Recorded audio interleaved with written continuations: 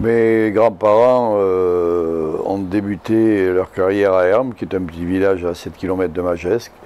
Voilà, mon grand-père Louis et ma grand-mère Denise, mes grands-parents paternels, avaient la maison qui s'appelait le Bon Accueil, où à l'époque ça faisait un petit peu tout. Ils faisaient le transport pour aller au marché, ils faisaient la pâtisserie, ils faisaient l'épicerie, ils faisaient du vin. Voilà, c'était à l'époque un lieu de vie villageois. Voilà.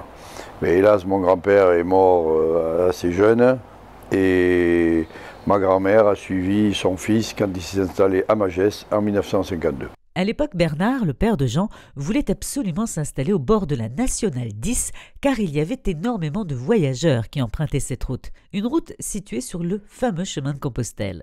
Mon père, qui était à Hermes, au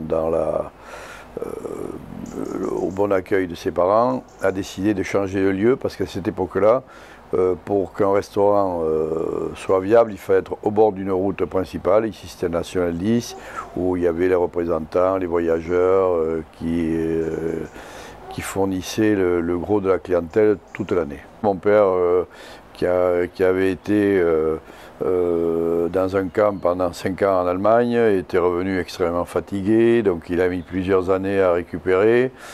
Il a commencé à Hermes, à faire du traiteur, à faire des mariages. Et donc après, arrivé à Magescq, mais bon, il n'avait pas un sous-vaillant. Pour faire les travaux, il le faisait eux-mêmes avec ma mère. Il y avait une chambre plein sud où ils allaient manger comme il n'y avait pas de chauffage. Donc c'était quand même une épopée héroïque.